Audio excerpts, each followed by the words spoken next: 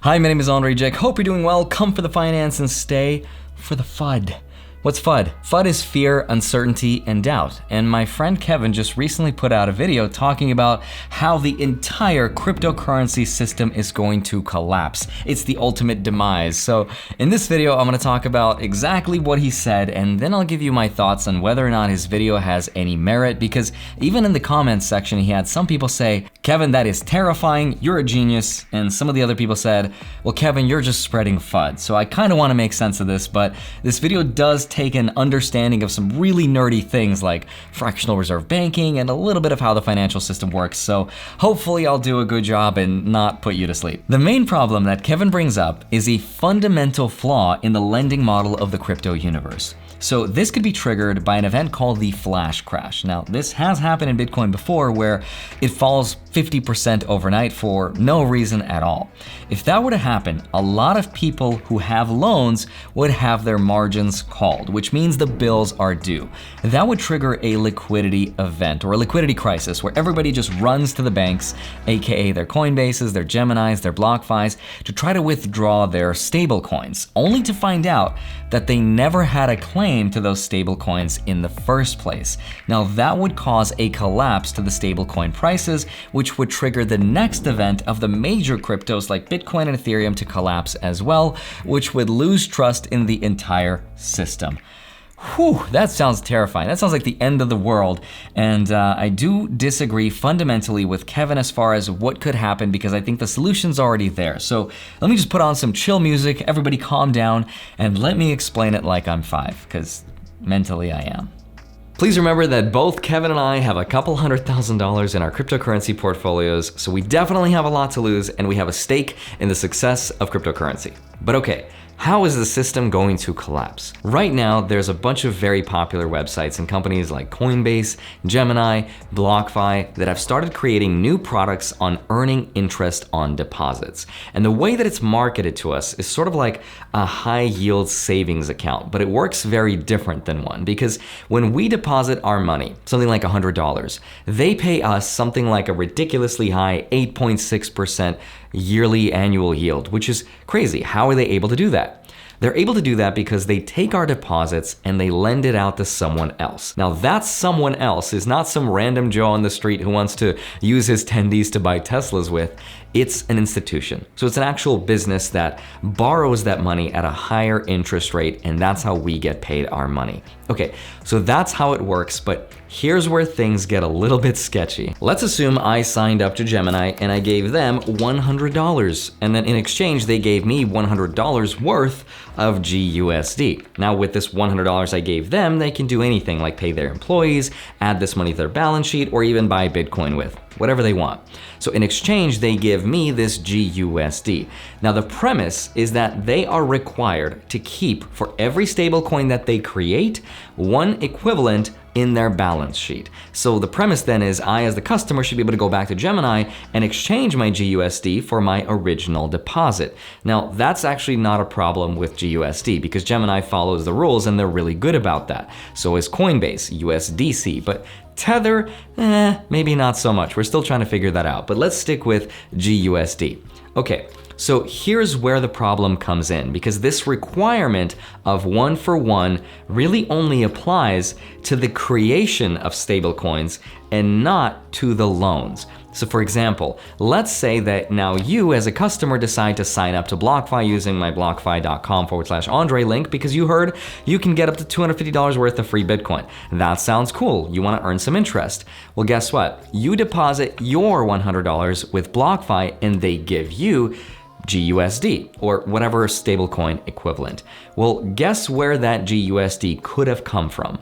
That could have come from BlockFi borrowing that GUSD from Gemini, because guess what? That's how I'm earning interest. In order for me to make money, my $100, that has to be loaned out to someone else.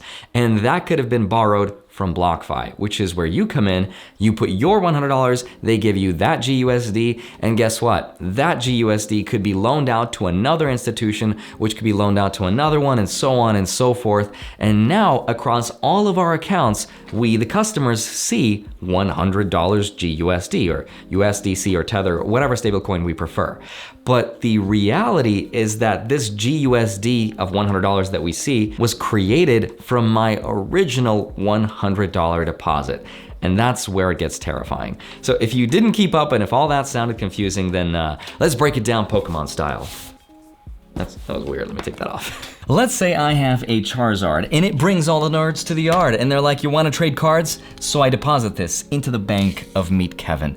So Kevin gives me in exchange a stable coin that's meant to represent the Charizard. It's not, but just go with me on this one. So now I have a little fire energy card that I wanna earn interest on, but how am I gonna do that? Well, I have to let somebody else borrow this. I'm gonna have to lend this out to somebody else. So I invite my friend Graham, who also gets a fire energy card because he deposits his own Charizard, right? So he gets another fire energy card, and now we have this situation. But Graham being Graham, he wants people to smash the like button and tell everybody how he got this fire energy card, this Charizard, for free. The way he's gonna do that is he's going to let our friend Jeremy borrow another fire energy card. So Jeremy signs up, he deposits his, and guess what? He gets this little token, right? Well, this little stable coin, which he thinks is a Charizard, which is actually technically not really, he gets a little bit greedy and he does what's called a margin loan. What's a margin loan? A margin loan is just gonna give you more investing power at the expense of paying a little bit more interest and putting up collateral. AKA, this is the collateral. This is the stable coin that he has to put up. And in exchange, he gets another fire energy card because he thinks they're gonna be worth more. But instead, Pokemon collapses, Logan Paul decides to quit, no more celebrity buying in the Pokemon space, and we get this situation here where all of us want our Charizard, but the reality is there may only have ever been one Charizard in the first place. So anyway, Jeremy gets wrecked, so he has to sell everything he's got to cover his losses, and now Graham and I also want out, so we try to claim our fire energy cards for the Charizard. But the problem is Meet Kevin can't pay everybody Charizards because he only has one. So what happens next? Well, these become worthless because now nobody trusts anything and this thing loses 50% of its value, and now nobody cares about Pokemon because we just found out that whole industry is sketchy. That's kind of an overly simplified explanation of what's going on. The problem is we don't know how many of these loans, of these fire energy cards, have been loaned out from one person to the next and are under collateralized. We just have no idea of knowing what the standards are. Now, maybe I have good standards and Graham has good standards, but maybe Jeremy, who's loaning it out to somebody else, doesn't. And maybe Jeremy doesn't take Charizards one for one like this. Maybe he's like, yo, I'll take a Bellsprout. I'll take some Wobbuffets. Stupid Pokemon analogy. What happens is everything falls like a domino effect and everybody loses trust in the system because the moment you make a representation of value and you create a token that's supposed to represent something valuable, well, then you lose control of the system because then you have to rely on the corporations to make good on giving us one Charizard's worth for their representation's worth. Because at least with the Charizard itself, I don't have to trust anybody that I can redeem the Charizard for a Charizard. AKA, I don't have to trust anybody that my dollar is always gonna be a dollar. In this case, I have to trust the corporations that they will give me back my Charizard and then they won't just disappear. That is the fundamental problem. So when Kevin called me, I was like, can you explain that again, but slower? So does Kevin have a point, or is this the beginning of the end for crypto? Here's where Kevin and I disagree. It starts at the 9 minute and 13 seconds mark of his video. It's not a government. The government cares about the people. Wanna hear a joke? The government cares about the people.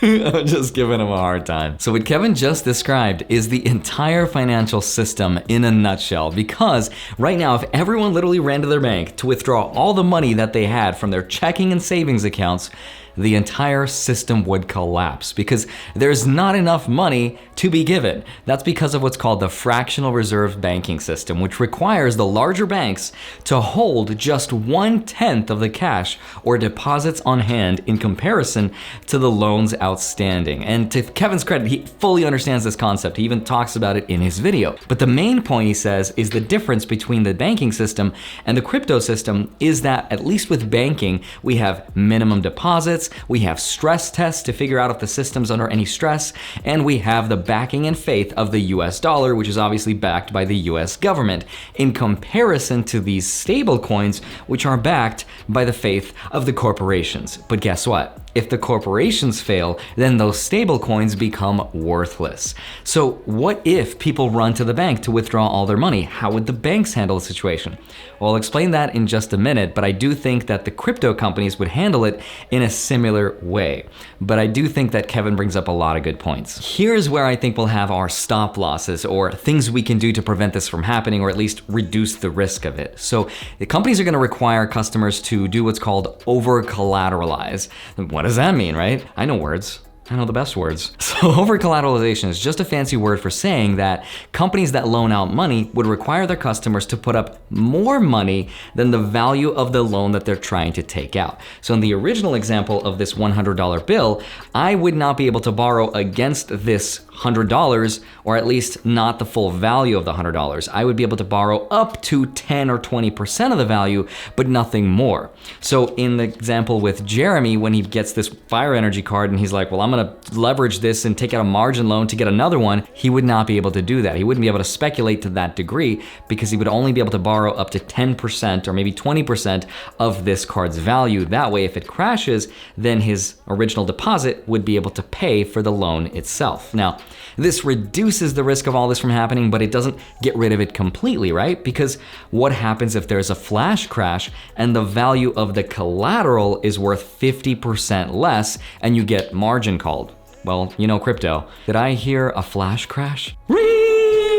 Seriously, what happens if the value of the collateral becomes worth substantially less than the value of the loan itself? Well, there's 3 solutions to that I can think of. And the first one is really simple. Just don't accept crypto collateral. Just accept only stable coins or maybe USD. That way you shield it from any fluctuating values. But here's the other 2 solutions. This is why I try to stick to some of the more well-funded CeFi companies. Remember, there's CeFi and there's DeFi. CeFi is centralized finance. These are companies like the Geminis, the BlockFis, the Coinbases. So those companies run by actual human beings, that's a real corporation. Now I'm hoping that if Kevin's scenario plays out, that it would be more of a localized crash to the institutions at the other end, rather than the whole system collapsing like a house of cards. Because sure, some of those companies won't have enough liquidity, they won't be able to give us our Charizards back, and they'll just go out of business. But some of the more funded ones will be able to dip into their cash reserves, they'll be able to raise more capital from investors and make people whole again, because they have every incentive in the world to continue operating as a profitable business. Because I just don't see a world where they're gonna be like, well, don't have enough liquidity, I guess we'll just go out of business now. Remember how I said that this could very well happen in traditional banking, where we can just run to the bank and try to withdraw our money? How would the banks handle that situation? Well, they would shut everything down for a day or 2. It would be total lockdown, and that's exactly what these other companies in crypto would do too. They already do that. We already have limitations on how much money we can withdraw and how long it takes for this money to hit our accounts. That's exactly to reduce the risk of this situation and this panic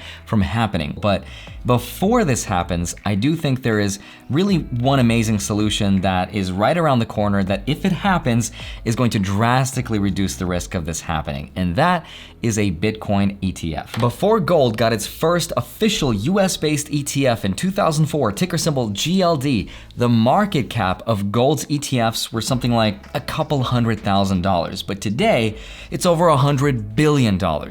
What does that mean, Andrei? Well, that means the price of gold is much more stable today than it was 20 years ago. So when Bitcoin gets its first US-based official ETF, the capital inflows will be massive. What does that mean? That means the market cap of Bitcoin would substantially increase, which would also help stabilize the price, which would, in theory, reduce the risk of flash crashes happening in the future.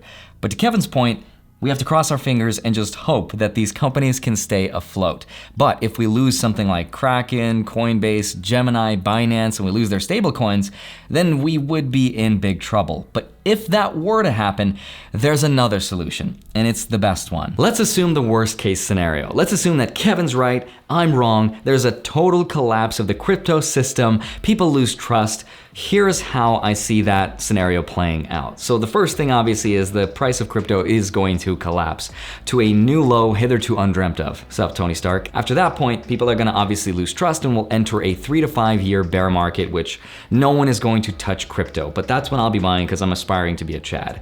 So when I'll be buying the dip, we're going to be rebuilding. Because remember, systems get built, they collapse, they get rebuilt. But when we rebuild this new one, it's going to be built on top of DeFi. So remember how I said CeFi versus DeFi? So CeFi, which is centralized finance with companies like Coinbase, BlockFi, Gemini, all those guys, they are much more prone to failure due to corporate greed in that they could, in theory, start lending out, loans on margin and just get totally out of control. I'm not saying they would do that, but there's more of a chance or a risk of this happening, right? So that's where DeFi comes in, which is decentralized finance. In the future, DeFi is going to solve this by giving us their own versions of all of these decentralized exchanges. Companies like BlockFi, Gemini, Coinbase, those will be a much bigger part of stabilizing the system than they play today, because those are going to be ruled by smart contracts. That's what's going to dictate the collateral requirements. And on top of being less susceptible to corporate greed and how they issue loans because it's coded in, it'll also give us the transparency that we don't have today because it'll be on the blockchain for us to track. Because today, Kevin's right, we have no idea what these loans actually look like. How marginalized are they? How over collateralized are they? Or are they at all? We don't know. The corporations know, but we don't. And in the future, we as the customers will be able to provide and stake our money into these liquidity pools that will actually give stability and liquidity to the system. But if I were to put on my tinfoil hat for just a second, here's what I think. I've always wondered, why doesn't the government give us some regulations and some guidelines to think about? Why do they allow this wild, wild west situation to continue to exist? Maybe that's what they want. They want us to build a house of cards as tall as possible. That way they're just like, let the kids play with their matches. That way when they inevitably get burned, we'll take the matches away and tell them I told you so.